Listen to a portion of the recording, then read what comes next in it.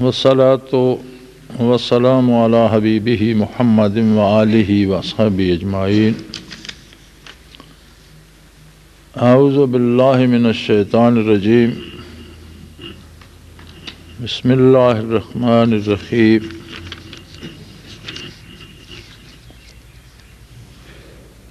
انا کفیناک المستہزئین الذین یجعلون مع اللہ الہا آخر فسوف یعلمون۔ وَلَقَدْ نَعْلَمُ أَنَّكَ يَضِيقُ صَدْرُكَ بِمَا يَقُولُونَ فَسَبِّحْ بِحَمْدِ رَبِّكَ وَكُن مِّنَ السَّاجِدِينَ وَاعْبُدْ رَبَّكَ حَتَّى يَأْتِيَكَ الْيَقِينُ۔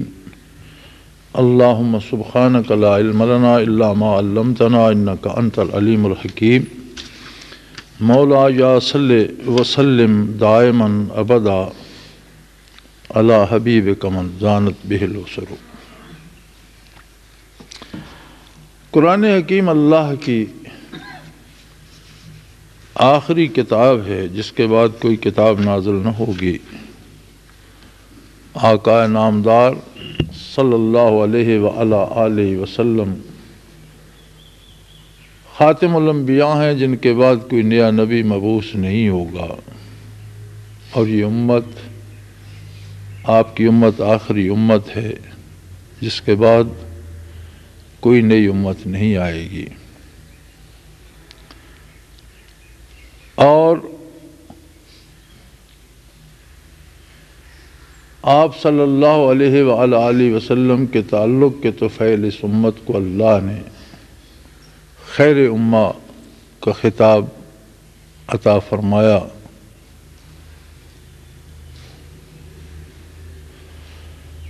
کہ تمام قومیں، تمام اقوام، تمام امتیں جو پہلے گزر چکی ہیں ان سب میں سے بہترین امت تم ہو۔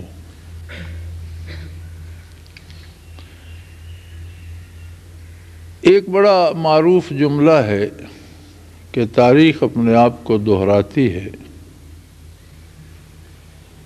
میرے خیال میں تاریخ اپنے آپ کو بار بار دہراتی ہے، صرف ایک بار نہیں۔ اور مشاہدہ اور تجربہ یہ بتاتا ہے کہ تاریخ کا عمل جاری و ساری رہتا ہے۔ قرآن حکیم میں بھی ارشاد ہے وَتِلْكَ الْأَيَّامُ نُدَاوِلُهَا بَيْنَ النَّاسِ، کہ شب و روز کا سلسلہ ہم لوگوں کے درمیان چلاتے رہتے ہیں، جس طرح پہیہ چلتا ہے، کبھی کوئی اوپر جاتا ہے، کبھی دوسرا اوپر، اور اوپر والا نیچے آ جاتا ہے، یہ چلتا رہتا ہے۔ ہم یہ سمجھتے ہیں کہ ہمارے زمانے میں یا آج کے عہد میں اسلام پر عمل بہت مشکل ہے، دیندار آدمیوں کا مذاق اڑایا جاتا ہے، دفاتر میں انہیں کوئی نہیں پوچھتا، اگر آپ مغربی لباس پہن کر جائیں تو کرسی پیش کی جاتی ہے، اور اسلامی لباس میں یا اس پر داڑھی بھی رکھ لیں تو شاید چپڑاسی دروازے سے داخل نہ ہونے دے۔ بس میں بیٹھے تو کوئی جگہ نہیں دیتا۔ یہ عمل کیا آج اس عہد میں ہو رہا ہے؟ نہیں، سب سے زیادہ تکالیف، سب سے زیادہ مذاق، سب سے زیادہ پریشانی آقا نامدار صلی اللہ علیہ وآلہ وسلم کو برداشت کرنا پڑی۔ آپ یہ مت بھولیں کہ جب آپ صلی اللہ علیہ وسلم نے اعلان نبوت فرمایا تو پوری دنیا میں اللہ کا ایک بندہ حضرت محمد صلی اللہ علیہ وآلہ وسلم ایک طرف تھا، اور ساری خدائی کفر میں ڈوبی ہوئی دوسری طرف تھی۔ خود ارشاد نبوی ہے کہ کسی نبی، کسی رسول پر اتنی مصیبتیں نہیں آئیں جتنی مصیبتوں کا سامنا میں نے کیا، اس لیے کہ کوئی ہمسر آپ کا تھا ہی نہیں۔ تو جتنی کسی کی شان یا مقام بلند ہوتا ہے اسی اعتبار سے اس پر تکالیف اور پریشانیاں بھی آتی ہیں۔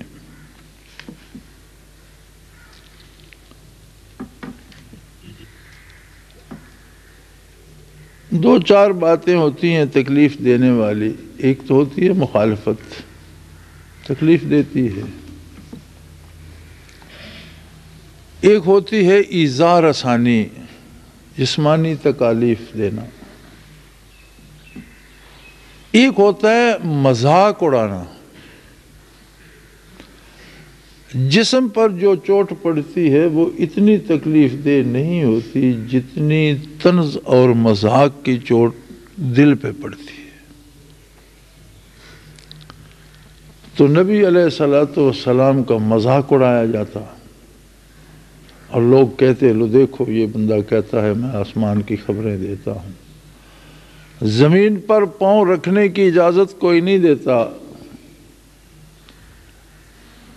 کھانے کو نہیں ملتا نہ اپنے آپ کے لیے نہ جتنے پیروکار ہیں ان کے لیے، اور باتیں آسمانوں کی کرتے ہیں اور باتیں کائنات کی اور ساری خدائی کی کرتے ہیں، اور کہتے ہیں ہمارا رب ساری کائنات کو پال رہا ہے اور خود ان کے اپنے پاس تو کچھ نہیں کھانے کو۔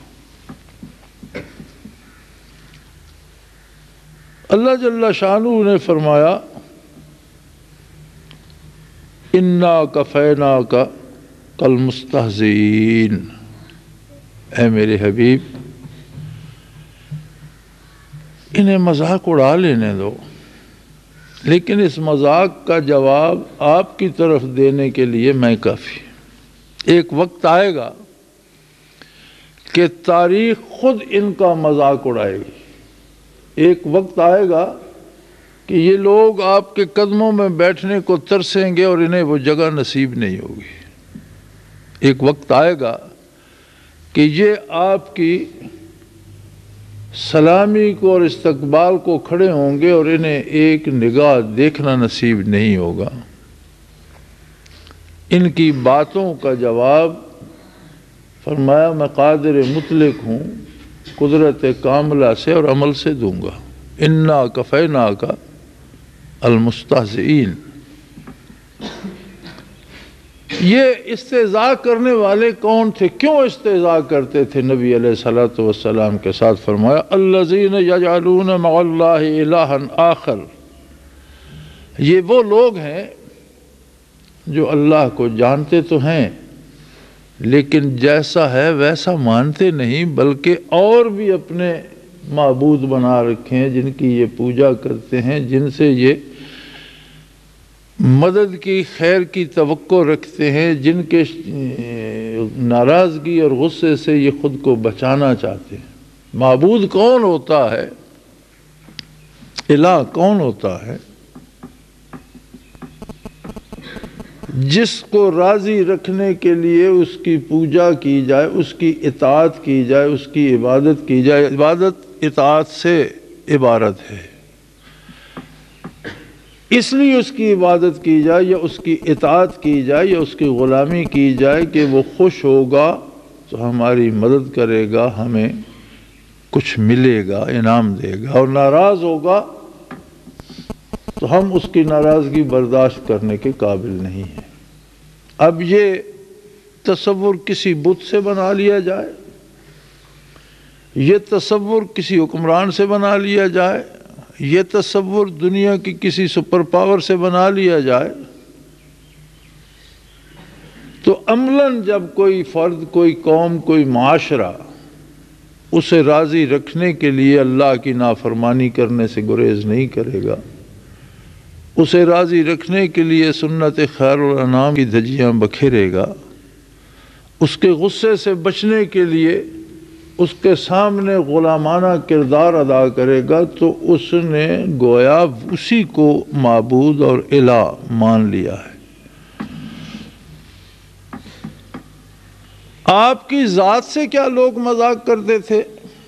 آپ کی ذات ستودہ صفات تو اللہ کی وہ تخلیق تھی جو بے مثل اور بے مثال تھی۔ دنیا میں کوئی چہرہ آپ کے چہرے اقدس جیسا حسین نہیں تھا، کسی کا قد کاٹھ آپ جیسا خوبصورت نہیں تھا، کوئی کلام آپ سے بڑھ کر خوبصورت نہیں کر سکتا تھا، کوئی انداز آپ کا ایسا نہیں تھا جو کوئی دوسرا انسان بھی پا سکے۔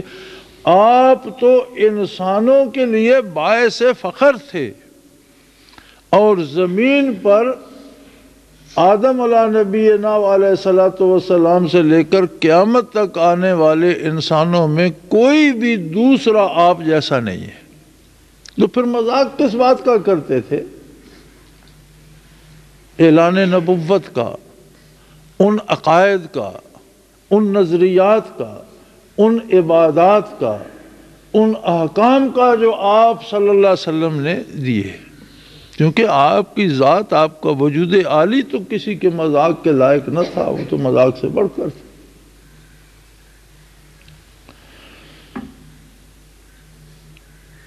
اور پھر اس مذاق سے حضور کو کتنا دکھ ہوتا تھا، اللہ کریم فرماتے ہیں وَلَقَدْ نَعْلَمُ أَنَّكَ يَضِيقُ صَدْرُكَ، میرے حبیب میں خوب جانتا ہوں کہ تیرے دل کو اس سے کتنا رنج پہنچتا ہے، کتنا دکھ پہنچتا ہے۔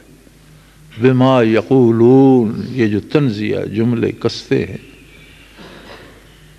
تیرے دین پر، تیرے نظریات پر، تیرے عقائد پر، تیرے اعمال پر، جب یہ طنز کرتے ہیں تو تیرے دل پہ کیا گزرتی ہے میں جانتا ہوں۔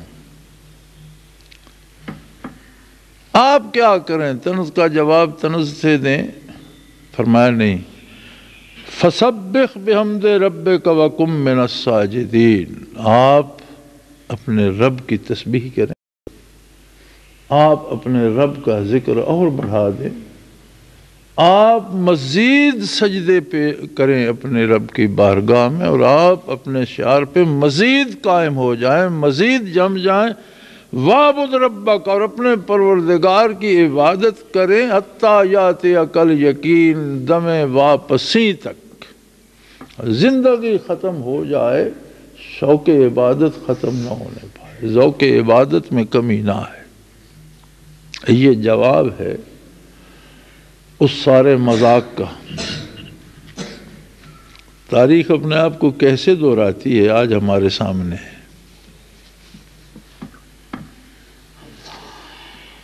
آج پھر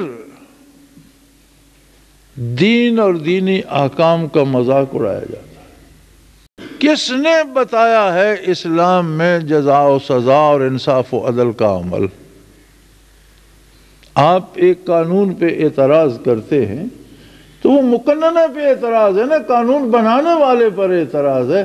آپ جب اسلام کے نظام عدل پر چوٹ کرتے ہیں تو اس کا مطلب ہے کہ یہ چوٹ قلب اطہر محمد الرسول اللہ پر پڑتی ہے۔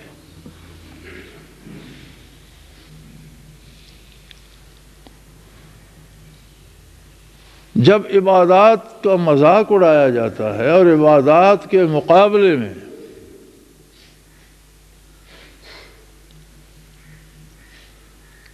کافر لوگوں کے کردار کو ترجیح دی جاتی ہے،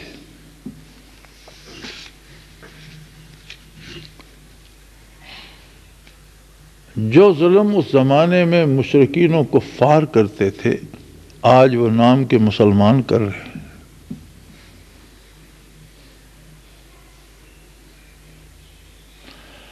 ہم نے زندگی میں سے آپ صلی اللہ علیہ وآلہ وسلم کے کردار اور آپ کی سنت اور آپ کے احکام کو بڑی حد تک خارج کر دیا ہے۔ ہماری شادی ہو تو اس میں ہندوؤں کی رسومات پابندی سے اپنائی جاتی ہیں اور سنت کو وہ درجہ نہیں دیا جاتا، بلکہ اگر کوئی سنت کے مطابق کرنا چاہے تو مذاق اڑایا جاتا ہے۔ اصل دوسری اور بڑی بات یہ ہے کہ اگر ہم مسلمان ہیں تو ہمیں کسی سے کچھ لینے کی امید کیوں ہے؟ کیا ہمیں ہمارا پروردگار کافی نہیں ہے؟ لیکن مصیبت یہ ہے کہ وہ بھی شرط لگاتا ہے۔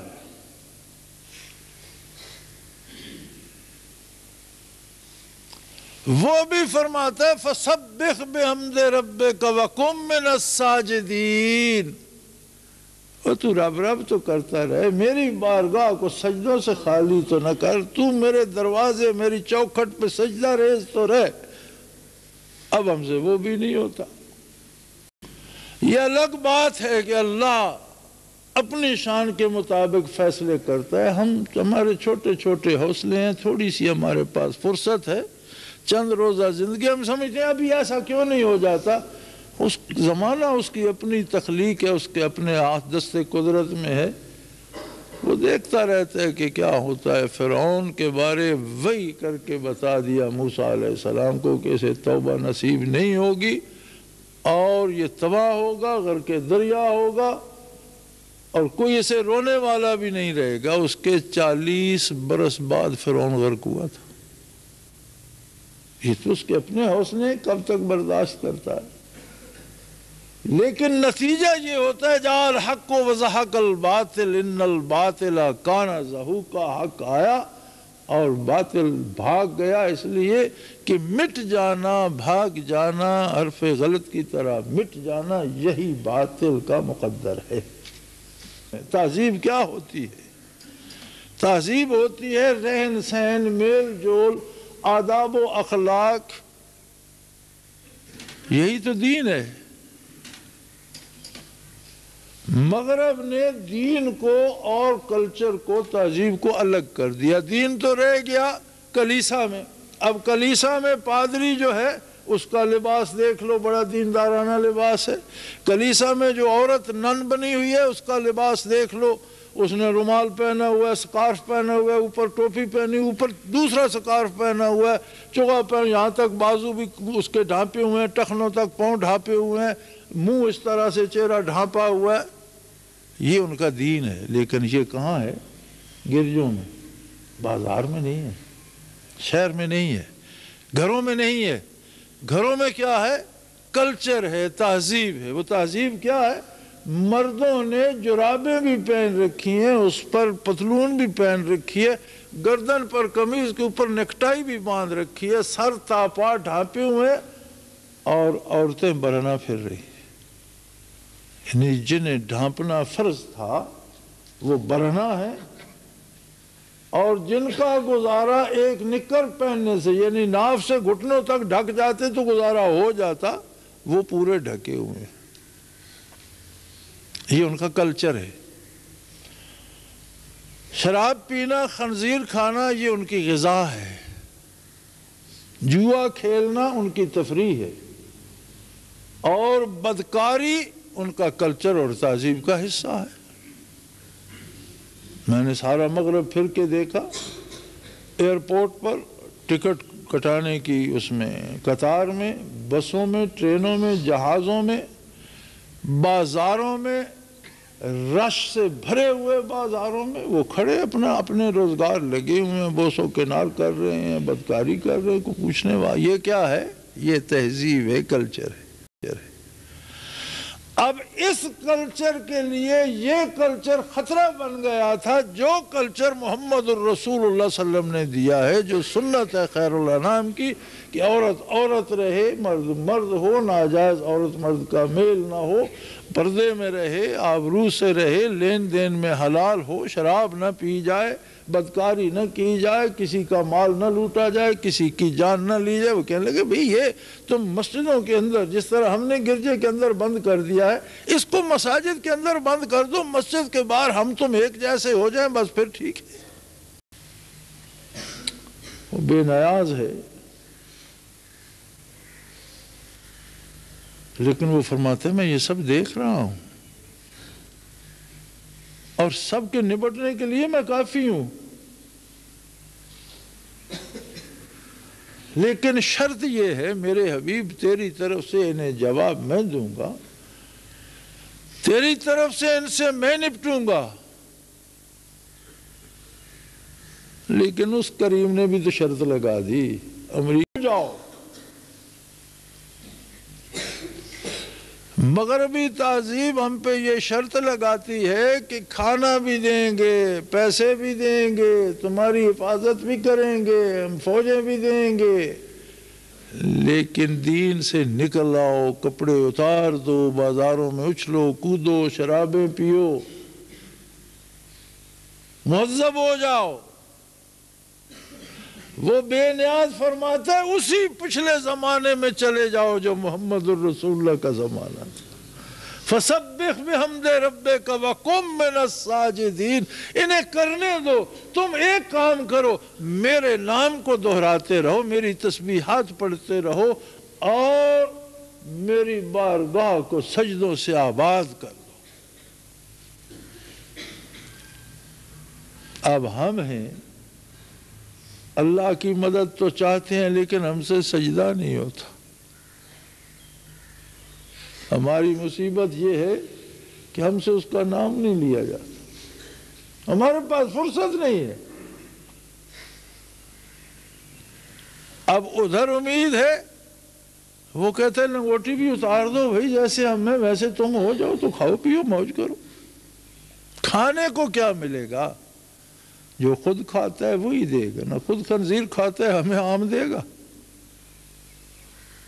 پینے کو کیا دے گا؟ بھئی خود عمر شراب پہ بسر کرتا ہے تو ہمیں شہد دے گا۔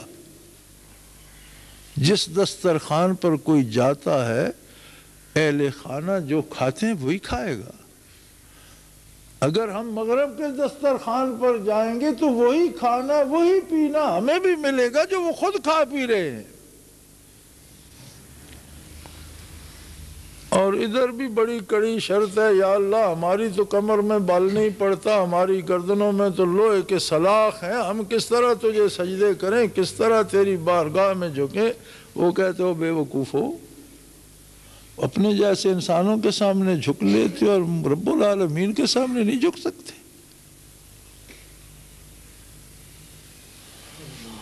فیصلہ تیرے مقدر کا تیرے ہاتھوں میں ہے،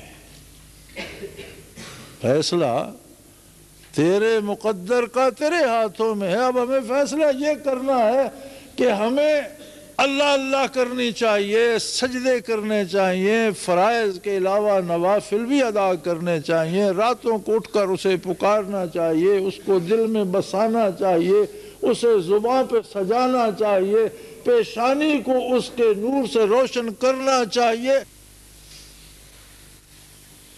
یہ فیصلہ ہمیں کرنا ہے، اور ہم فیصلے کرتے ہیں، ہمیشہ کرتے آ رہے ہیں اور پھر بھی کریں گے۔ میرے مسلمان بھائیوں، میرے بزرگوں، میرے عزیزوں، اللہ کی شرط مان لو، اس کا ذکر کثرت سے کرو، اس کے سجدے باقاعدگی سے کرو، اسے یاد رکھو، وہ تمہیں یاد رکھے گا۔ فَاذْكُرُونِي أَذْكُرْكُمْ وَاشْكُرُوا لِي وَلَا تَكْفُرُونَ۔ تم میری باتیں کرو، میں تمہاری باتیں کروں، میرا شکر کرو، ناشکری سے بچو، اس کے ساتھ اپنے تعلق کو مضبوط کر لو۔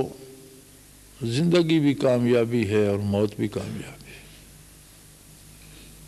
غیر مشروط کامیابی نہ دنیا داری کی طرف ہے نہ دین کی طرف ہے۔ ادھر رب کریم نے شرط لگائی ہے کہ میری عظمت کو اقرار تو کرو، میرا نام تو لو، مجھے سجدہ تو کرو۔